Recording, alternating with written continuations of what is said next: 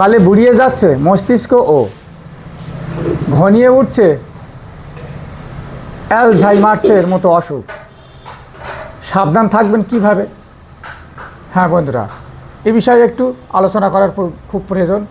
দেখুন, বেশিরভাগ মানুষের অল্প বয়সে ব্রেন ঠিকঠাক কাজ করছে না।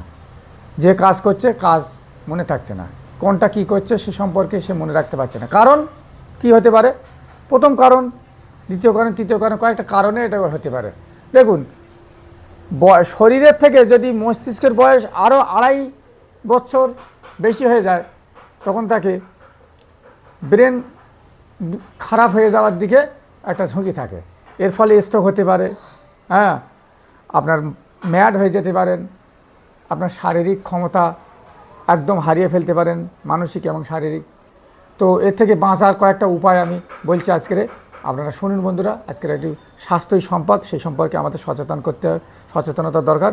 আমরা জানি আমাদের যদি এই মুখটা কুঁচকে যায়, এই হাতটা যেতিয়ে থাকে, তাহলে আমরা কি করি? নানান রকম ফেসিয়াল করি মুখে, হ্যাঁ, নানান রকম করি যাতে বুড়ো মতো না লাগে, সেই জন্য ইয়াং মতো লাগে সেই জন্য। কিন্তু আমাদের ব্রেনটাকে তো ক্ষতি করে দিচ্ছে, তো ব্রেনটা তো একদম নষ্ট হয়ে যাচ্ছে, বুড়ো করে দিচ্ছে, বুড়ো মানে একদম দুর্বল করে দিচ্ছে। তাহলে কি করবেন? তার জন্য কয়েকটা পদ্ধতি অবশ্যই আপনাদের অবলম্বন করা উচিত। তো সেই পদ্ধতি যদি আমরা অবলম্বন করি, তাহলে আমরা দেখতে পাবো ব্রেন ঠিক থাকবে।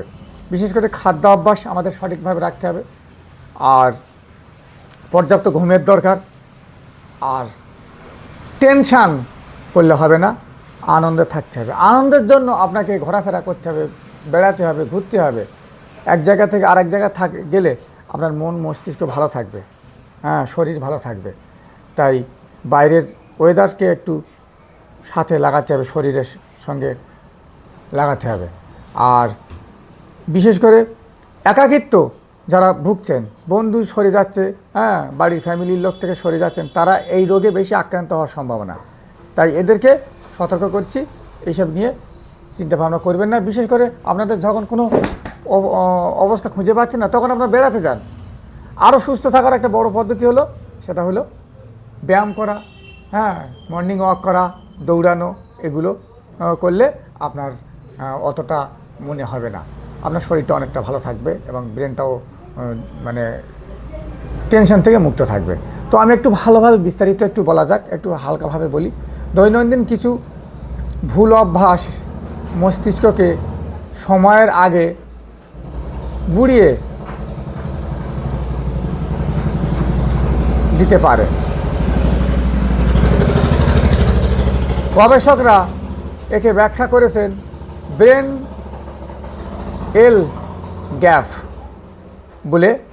মস্তিষ্কের বয়স যদি শরীরের বয়সের তুলনায় বেশি হয়, তখনই এমন সমস্যা দেখা দিতে পারে। বিপদ কথায় একটু আলোচনা করা হোক। বিপদের কথা, মস্তিষ্ক অকালে বুড়িয়ে গেলে অ্যালঝাইমার্স বা স্মৃতিবিভ্রমের মতো অসুখের ঝুঁকি বেড়ে যায়। আরও একবার বলছি, মস্তিষ্ক অকালে বুড়িয়ে গেলে অ্যালঝাইমার্স বা স্মৃতিবিভ্রমের মতো অসুখের ঝুঁকি বেড়ে যায়। অকাল মৃত্যুর ঝুঁকি তৈরি হয়। মস্তিষ্কের বয়স শরীরের বয়সের চেয়ে 2.5 বছর বেড়ে গেলে চিন্তা করা, মনোযোগের ক্ষমতা, স্মৃতিশক্তি দ্রুত লোপ পেতে পারে। তা থেকে ব্রেন স্ট্রোক এবং অবসাদ ঝুঁকি বেড়ে যেতে পারে। চিকিৎসক জানাচ্ছেন, দিনে দিনে মস্তিষ্ক বুড়িয়ে যাওয়ার সমস্যা বাড়ছে আমাদের সমাজে। আর তার মূলে থাকছে মানসিক চাপ, ঘুমের অভাব সহ একাধিক কারণ।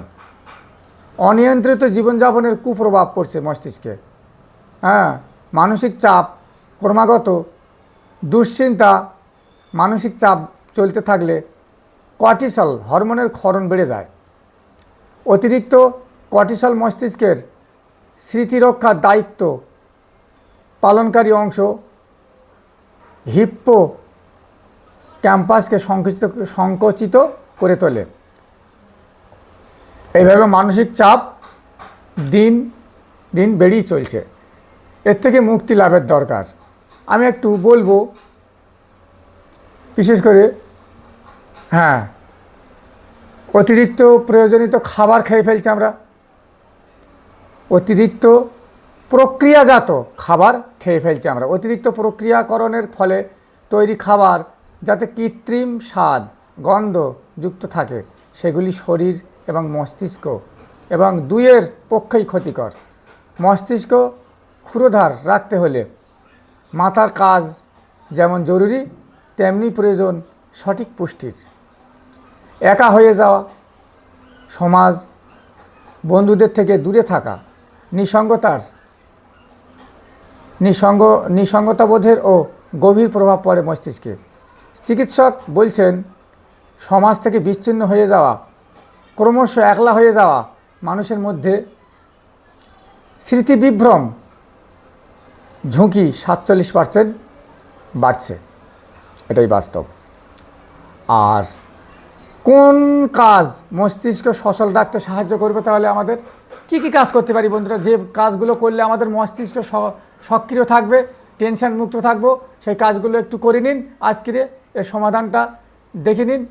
আগে বললাম তার সমাধানটা, এখন বলছি একটু দেখে দিন। নাম্বার 1, নতুন বিষয়